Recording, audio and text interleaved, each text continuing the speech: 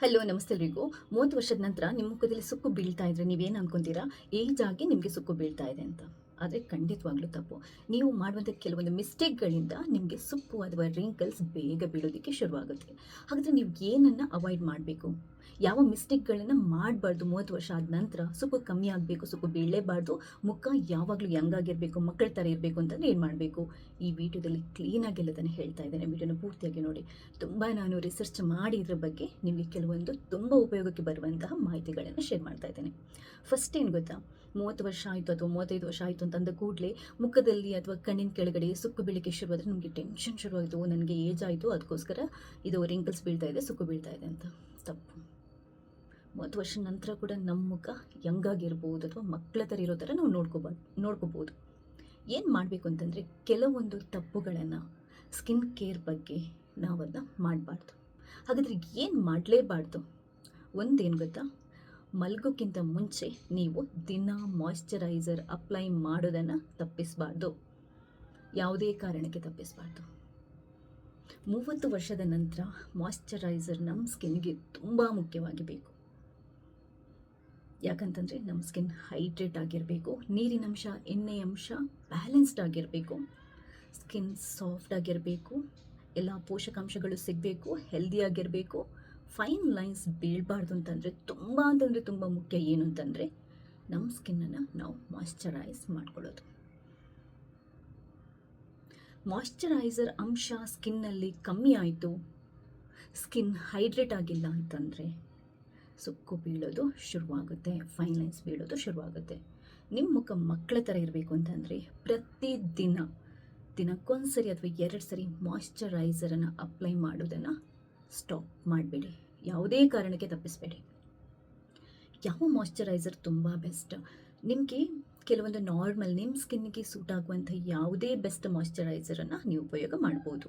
ನಿಮ್ಮ skin type ಯಾವುದು, ಆಯಿಲಾ ಅಥವಾ ನಾರ್ಮಲ್ ಸ್ಕಿನ್, ಕಾಂಬಿನೇಷನ್ ಸ್ಕಿನ್ ನೋಡಿಕೊಂಡು ನೀವು ಒಳ್ಳೆಯ ಮಾಯ್ಶ್ಚರೈಸರನ್ನು ಸೆಲೆಕ್ಟ್ ಮಾಡ್ಬೋದು.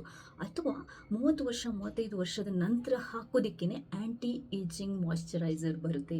ಅದು ಇನ್ನೂ ತುಂಬ ಚೆನ್ನಾಗಿ ಅದನ್ನ ಫಾರ್ಮುಲೇಟ್ ಮಾಡಿರ್ತಾರೆ, ತುಂಬ ಚೆನ್ನಾಗಿ ಕ್ರಿಯೇಟ್ ಮಾಡಿರ್ತಾರೆ. ಅಂದರೆ ಆ್ಯಂಟಿ ಏಜಿಂಗ್ ಅಂತಂದರೆ ಮುಖದ ಮೇಲೆ ಸುಕ್ಕು ಅಥವಾ ರಿಂಕಲ್ಸ್ ಬೀಳೋದನ್ನು ಕಮ್ಮಿ ಮಾಡಲಿಕ್ಕಿಂತಲೇ ಕೆಲವೊಂದು ಅಂಶಗಳನ್ನು ಹಾಕಿ ಸ್ಪೆಷಲ್ ಆಗಿ ತಯಾರು ಮಾಡಿರ್ತಾರೆ. ಅಂಥ ಮಾಯ್ಶ್ಚರೈಸರನ್ನು ಕೂಡ ಅಪ್ಲೈ ಮಾಡ್ಬೋದು.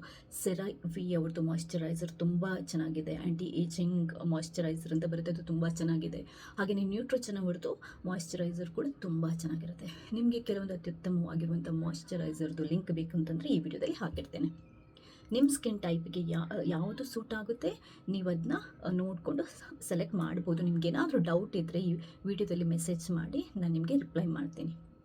ಆಯಿತಾ? ಫಸ್ಟ್ ಒಂದು, ಪ್ರತಿದಿನ ಸ್ಕಿನ್ನನ್ನು ಮಾಯ್ಶ್ಚರೈಸ್ ಮಾಡೋದನ್ನು ನೀವು ತಪ್ಪಿಸ್ಕೋಬಾರ್ದು. ಎರಡನೇದು ಅತಿ ಮುಖ್ಯ ಏನು ಅಂತಂದರೆ, ಇದು ಸನ್ಸ್ಕ್ರೀನ್ ಲೋಷನನ್ನು ಅಪ್ಲೈ ಮಾಡುವಂಥದ್ದು. ಸನ್ಸ್ಕ್ರೀನ್ ಲೋಷನನ್ನು ಯಾರು ಅಪ್ಲೈ ಮಾಡಲ್ಲ ಪ್ರತಿದಿನ, 30 ವರ್ಷ ಆದ ನಂತರ ತುಂಬ ಬೇಗ ಸುಕ್ಕು ಬೀಳುತ್ತೆ. ಬರೀ ಸುಕ್ಕು ಅಲ್ಲ, ಬಂಗು ಕಲೆಗಳು, ಪಿಗ್ಮೆಂಟೇಷನ್ ಅಂತ ಏನು ಹೇಳ್ತೀವಿ, ಇದೆಲ್ಲ ಅಂದರೆ ಬರೋದಕ್ಕೆ ಶುರುವಾಗುತ್ತೆ. ಮುಖದಲ್ಲಿ ರ್ಯಾಷಸ್ಸು ಅಥವಾ ಮುಖ ಡಲ್ ಆಗೋದು, ಸುಕ್ಕು ಜಾಸ್ತಿ ಬೀಳೋದು ಎಲ್ಲದು ಶುರುವಾಗುತ್ತೆ. ಅದಲ್ಲದೆ ಸನ್ಬರ್ನ್ ಕೂಡ ಶುರುವಾಗುತ್ತೆ. ನಿಮ್ಮ ಮುಖದಲ್ಲಿ ಕಲೆನೇ ಇರಲ್ಲ. ಸನ್ಸ್ಕ್ರೀನ್ ಲೋಷನ್ ಹಾಕಿಲ್ಲದಿದ್ದರೆ ಮುಖ ತುಂಬ ಡಲ್ ಆಗುತ್ತೆ ಮತ್ತು ತುಂಬ ಬೇಗ ಸುಕ್ಕು ಬೀಳುತ್ತೆ. ಸುಕ್ಕನ್ನು ತಡೆಯಲಿಕ್ಕೆ ದಿ ಬೆಸ್ಟ್ ಅಂತಂದರೆ ಸನ್ಸ್ಕ್ರೀನ್ ಲೋಷನ್. ಆ್ಯಂಟಿ ಏಜಿಂಗ್ ಕ್ರೀಮ್ ಅಥವಾ ಜೆಲ್ ಅಂತಲೇ ಹೇಳ್ಬೋದು. ಸನ್ಸ್ಕ್ರೀನ್ ತುಂಬ ಮುಖ್ಯ. ಸೆಕೆ ಟೈಮಲ್ಲಿ ಅದು ಬಿಸಿಲು ಜಾಸ್ತಿ ಇರುವಾಗ ನೀವು ಮನೆ ಒಳಗಡೆ ಇದ್ದರೂ ಕೂಡ ದಿನಕ್ಕೊಂದ್ಸರಿ ಹಗಲಿನ ಟೈಮಲ್ಲಿ ಸನ್ಸ್ಕ್ರೀನ್ ಲೋಷನ್ನ ಅಪ್ಲೈ ಮಾಡಬೇಕು. ಇಲ್ಲ, ನೀವು ರಾತ್ರಿ ಹೊತ್ತು ಏನು ಹಾಕೊಳ್ಳುವಂಥ ಅವಶ್ಯಕತೆ ಇಲ್ಲ, ಹೊರಗಡೆ ಹೋಗುವಾಗಂತೂ ಕಂಪಲ್ಸರಿ ಹಾಕ್ಕೊಳ್ಳೇಬೇಕು. ತುಂಬ ಬಿಸಿಲಿರೋ ಕಡೆ 1-2 ಸರಿ ಅಥವಾ 3 ಸರಿ ದಿನಕ್ಕೆ ಹಚ್ಕೋಬೇಕಾಗುತ್ತೆ ಮುಖನ ಕ್ಲೀನ್ ಮಾಡಿಕೊಂಡು. ಮುಖದಲ್ಲಿ ಸುಕ್ಕು ಬರಬಾರ್ದು ಅಂತಂದರೆ ಇದೆರಡು ತುಂಬ ಮುಖ್ಯ. ಬೇರೆ ಯಾವುದೋ ಕಾಸ್ಟ್ಲಿ ಕ್ರೀಮ್ ನೀವು ಹಚ್ಚಿ ಬಿಡಿ, ಆದರೆ ಮಾಯ್ಶ್ಚರೈಸರ್, ಒಳ್ಳೆಯ ಮಾಯ್ಶ್ಚರೈಸರ್ ಮತ್ತು ಸನ್ಸ್ಕ್ರೀನ್ ಲೋಷನನ್ನು ನೀವು ತಪ್ಪಿಸುವಂಗಿಲ್ಲ. ಕೆಲವೊಂದು ಆ್ಯಂಟಿ ಏಜಿಂಗ್ ಕ್ರೀಮ್ಗಳು ಬರುತ್ತೆ, ಇದರಲ್ಲಿ ಮಾಯ್ಶ್ಚರೈಸರ್ ಅಂಶ ಕೂಡ ಇರುತ್ತೆ, ಹಾಗೆಯೇ ಸನ್ಸ್ಕ್ರೀನ್ ಲೋಷನ್ನ ಅಂಶ ಕೂಡ ಇರುತ್ತೆ. ಕೆಲವೊಂದೇ ಒಂದು ಆ ಥರ ಕ್ರೀಮ್ಗಳಿರುತ್ತೆ. ಓಲೆಯವ್ರದ್ದು ಟೋಟಲ್ ಎಫೆಕ್ಟ್ ಅಂದರೆ ಆಲ್ ಇನ್ ಒನ್ ಏನೋ ಬರುತ್ತೆ, ಆ ಕ್ರೀಮ್ ಕೂಡ ನಿಮಗೆ ಸನ್ಸ್ಕ್ರೀನ್ ಲೋಷನ್ ಥರ, ಮಾಯ್ಶ್ಚರೈಸರ್ ಥರ ಎಲ್ಲ ಥರ ಎಫೆಕ್ಟ್ ಅಂದರೆ ಕೆಲಸ ಮಾಡುತ್ತೆ. ನಿಮಗೆ ಸ್ಕಿನ್ ಬ್ರೈಟನ್ ಕೂಡ ಮಾಡುತ್ತೆ. ಅಂಥ ಕ್ರೀಮ್ಗಳನ್ನು ಕೂಡ ನೀವು ಟ್ರೈ ಮಾಡ್ಬೋದು. ಬಟ್ ಬೆಸ್ಟ್ ಏನು ಅಂತಂದರೆ ನಿಮ್ಮ ಸ್ಕಿನ್ಗೆ ಸೂಟ್ ಆಗುವಂಥ ಒಳ್ಳೆಯ ಮಾಯ್ಶ್ಚರೈಸರ್, ಹಗಲಿನ ಹೊತ್ತಲ್ಲಿ ಒಳ್ಳೆಯ ಸನ್ಸ್ಕ್ರೀನ್ ಲೋಷನ್ ಹಚ್ಕೊಳ್ಳಬೇಕು. ಮಾಯ್ಶ್ಚರೈಸರ್ ದಿನಕ್ಕೆ 2 ಸರಿ ಅಪ್ಲೈ ಮಾಡಬೇಕು. ಇದು ಒಂದು. ಸಿಕ್ಕಾಪಟ್ಟೆ ಎಲ್ಲ ಪ್ರಾಡಕ್ಟ್ಗಳನ್ನು ಟ್ರೈ ಮಾಡೋದು, ಬೇರೆ ಬೇರೆ ಥರ ಬ್ರ್ಯಾಂಡದು ಪ್ರಾಡಕ್ಟ್ಗಳನ್ನು ಟ್ರೈ ಮಾಡೋದು, ಹಾಗೆಯೇ ಇನ್ನೊಂದು ಅತಿ ಮುಖ್ಯವಾಗಿ ಮುಖನ ತುಂಬ ಸ್ಕ್ರಬ್ ಮಾಡಿ ತೊಳೆಯುವಂಥದ್ದು, ರ್ಯಾಶ್ ಕೆಮಿಕಲ್ ಇರುವಂಥ ಫೇಸ್ ವಾಶ್ ಈ ಥರ ಎಲ್ಲ ಉಪಯೋಗ ಮಾಡುವಂಥದ್ದು, ಇದನ್ನು ತಪ್ಪಿಸಬೇಕು. ಯಾವುದಾದ್ರೂ ಒಂದು ಒಳ್ಳೆಯ ಬ್ರ್ಯಾಂಡಿದು ಮಾಯ್ಶ್ಚರೈಸರ್, ಸನ್ಸ್ಕ್ರೀನ್ ಲೋಷನ್ ನಿಮಗೆ ಸೆಟ್ ಆಯಿತು ಅಂತಂದರೆ ಅದನ್ನೇ ಕಂಟಿನ್ಯೂ ಮಾಡಿ. ತುಂಬ ಥರದ ಪ್ರಾಡಕ್ಟ್ಗಳನ್ನು ಟ್ರೈ ಮಾಡಬೇಡಿ. ಮುಖನ ಸಿಕ್ಕಾಪಟ್ಟೆ ಅಂದರೆ ದಿನಕ್ಕೊಂದು 5-6 ಸರಿ ತೊಳೆಯುವಂಥದ್ದು, ಓವರಾಗಿ ಸ್ಕ್ರಬ್ ಮಾಡುವಂಥದ್ದು, ರ್ಯಾಶ್ ಆಗಿ ಸ್ಕ್ರಬ್ ಮಾಡುವಂಥದ್ದು ಇದನ್ನ ಮಾಡಬಾರ್ದು. ಮುಖದ ಸ್ಕಿನ್ ತುಂಬ ಸೆನ್ಸಿಟಿವ್ ಆಗಿರುತ್ತೆ. ರ್ಯಾಶ್ ಕೆಮಿಕಲ್ ಇರುವಂಥ ಸೋಪ್ ಆಗಲಿ, ಫೇಸ್ ವಾಶ್ ಆಗಲಿ ಹಾಕಿ ಸಿಕ್ಕಾಪಟ್ಟೆ ಉಜ್ಜಿ ನೀವು ತೊಳೆದಾಗ ನಿಮ್ಮ ಸ್ಕಿನ್ನಿನ ಪದರ ಇರುತ್ತಲ್ವ, ಅದು ಡ್ಯಾಮೇಜ್ ಆಗುತ್ತೆ. ಸ್ಕಿನ್ ಸೆಲ್ಸ್ ಇದೆಯಲ್ವ, ಡ್ಯಾಮೇಜ್ ಆಗುತ್ತೆ. ಆದ್ದರಿಂದ ಆದಷ್ಟು ಜೆಂಟಲ್ ಆಗಿರುವಂಥ ಕ್ಲೆನ್ಸರನ್ನು ಉಪಯೋಗ ಮಾಡಿಕೊಂಡು ದಿನಕ್ಕೆ 2 ಸರಿ ಮೈಲ್ಡಾಗಿ ಮುಖನ ತೊಳ್ಕೊಳ್ಳಿ ಸಾಕು. 1000 ಥರದ ಪ್ರಾಡಕ್ಟ್ಗಳನ್ನು ಉಪಯೋಗ ಮಾಡೋದಕ್ಕೆ ಹೋಗಬೇಡಿ. ಮಾಯ್ಶ್ಚರೈಸರ್, ಸನ್ಸ್ಕ್ರೀನ್ ಯಾವುದಾದ್ರೂ ಒಂದು ಬ್ರ್ಯಾಂಡಿಗೆ ಸ್ಟಿಕ್ ಆಗಿ ಹಾಗೆಯೇ ಸ್ಟಿಕ್ ಆನ್ ಆಗಿ. ಹಾಗೆಯೇ ಇನ್ನೊಂದು ಏನು ಅಂತಂದರೆ ಮೇಕಪ್ ಪ್ರಾಡಕ್ಟ್ಗಳು ಕೂಡ ಅಷ್ಟೇ, ಯಾವುದಾದ್ರೂ ಒಳ್ಳೆಯ ಒಂದು ಬ್ರ್ಯಾಂಡಿಗೆ ಸ್ಟಿಕ್ ಆನ್ ಆಗಿ. ನೀವು ಫೌಂಡೇಶನ್ ಹಚ್ತೀರಾ, ಹೊರಗಡೆ ಹೋಗುವಾಗ ಇಂಥ ಇಲ್ಯುಮಿನೇಟಿಂಗ್ ಕ್ರೀಮ್ಗಳನ್ನು ಹಚ್ತೀರಾ, ಹೈಲೈಟರ್ ಹಾಕ್ಕೊಳ್ತೀರಾ, ಬ್ಲಷಸ್ ಏನೇನೋ ಮಾಡ್ತೀರಲ್ವ, ಏನೇ ಮಾಡಿ ಯಾವುದಾದ್ರೂ ಒಳ್ಳೆಯ ಬ್ರ್ಯಾಂಡದು ಒಂದೇ ಒಂದು ಬ್ರ್ಯಾಂಡಿಗೆ ಸ್ಟಿಕ್ ಆನ್ ಆಗಿ. ಜಾಸ್ತಿ ಪ್ರಾಡಕ್ಟ್ಗಳನ್ನು ಪ್ರತಿನಿತ್ಯ ಬಳಸೋದಕ್ಕೆ ಹೋಗಬೇಡಿ. ಮೇಕಪ್ ಹಚ್ಕೊಂಡು ಪ್ರತಿದಿನ ನೀವು ಹೊರಗಡೆ ಹೋಗ್ತೀರಂತಂದ್ರೂ ಕೂಡ ಒಳ್ಳೆಯ ಬ್ರ್ಯಾಂಡಿದು, ಮೈಲ್ಡ್ ಆಗಿರುವಂಥದ್ದು, ನಿಮ್ಮ ಸ್ಕಿನ್ಗೆ ಸೂಟ್ ಆಗುವಂಥದ್ದು ಅಷ್ಟೇ ಹಚ್ಕೊಳ್ಳಿ. ಯಾವಾಗಲೂ ಪ್ರಾಡಕ್ಟ್ಗಳನ್ನು ಅಪ್ಲೈ ಮಾಡುವಾಗ ಕಂಪಲ್ಸರಿಯಾಗಿ ಪ್ಯಾಚ್ ಟೆಸ್ಟ್ ಮಾಡಿಕೊಂಡೆ ಹಚ್ಕೊಳ್ಳಿ. ಇದಿಷ್ಟು. ಇದರ ಜೊತೆಗೆ ಚೆನ್ನಾಗಿ ನೀರು ಕುಡೀರಿ. ವಾರಕ್ಕೊಂದು 3-4 ಸರಿ ಆದರೂ ಒಳ್ಳೆಯ ಜ್ಯೂಸ್ಗಳನ್ನು ಕುಡೀರಿ. ಒಳ್ಳೆಯ ನಿದ್ದೆ ಮಾಡಿ.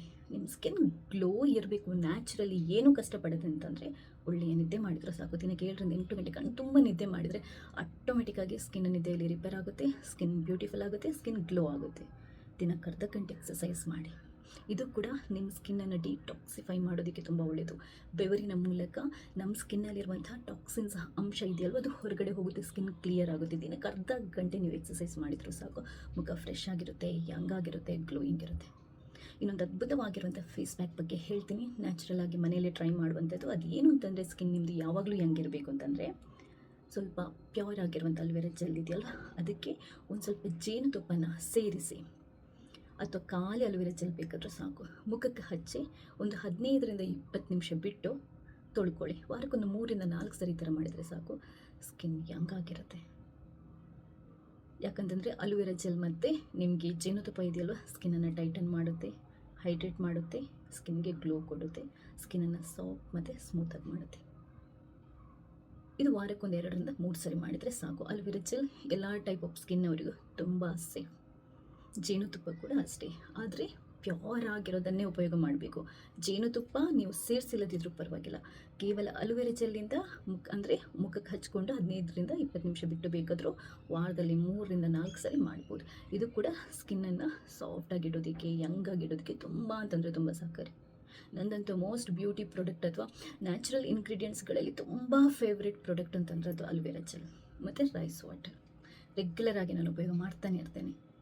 ಯಾವ ಕ್ರೀಮ್ ಇದೆಯೋ ಏನಿದೆಯೋ ಗೊತ್ತಿಲ್ಲ, ಬಟ್ ಅಲೋವೆರಾ ಜೆಲ್ ಅಂತ ನಾನು ಮಿಸ್ಸೇ ಮಾಡಲ್ಲ. ನಿಮಗೆ ಅದರದ್ದು ಬೇಕಾದರೂ ಲಿಂಕ್ ಈ ವಿಡಿಯೋದಲ್ಲಿ ಹಾಕಿರ್ತೇನೆ. ಸೊ ಈ ಕೆಲವೊಂದು ಟಿಪ್ಸನ್ನು ನೀವು ರೆಗ್ಯುಲರ್ ಆಗಿ ಫಾಲೋ ಮಾಡಿದರೆ 30ರ ನಂತರ ಕೂಡ ನಿಮ್ಮ ಸ್ಕಿನ್ ಮಕ್ಕಳ ಸ್ಕಿನ್ ಥರ ಇರುತ್ತೆ. ಈ ವಿಡಿಯೋ ತುಂಬ ಜನರಿಗೆ ಉಪಯೋಗಕ್ಕೆ ಬರ್ಬೋದು. ಸೇವ್ ಮಾಡಿಟ್ಕೊಳ್ಳಿ ಅಥವಾ ಬೇರೆಯವರಿಗೆ ಶೇರ್ ಮಾಡೋದನ್ನು ಮರಿಬೇಡಿ. ಫಸ್ಟ್ ಟೈಮ್ ಏನಾದರೂ ನೀವು ನನ್ನ ಚಾನಲನ್ನು ನೋಡ್ತಾ ಇದ್ರಿ ದಯವಿಟ್ಟು ಸಬ್ಸ್ಕ್ರೈಬ್ ಆಗಿ, ಯಾಕಂತಂದರೆ ನಾನು ನೆಕ್ಸ್ಟ್ ಹಾಕುವಂಥ ಎಲ್ಲ ವೀಡಿಯೋಗಳನ್ನು ನೀವು ಮಿಸ್ ಮಾಡದೆ ನೋಡ್ಕೋಬೋದು. ಥ್ಯಾಂಕ್ಸ್ ಎಲ್ರಿಗೂ.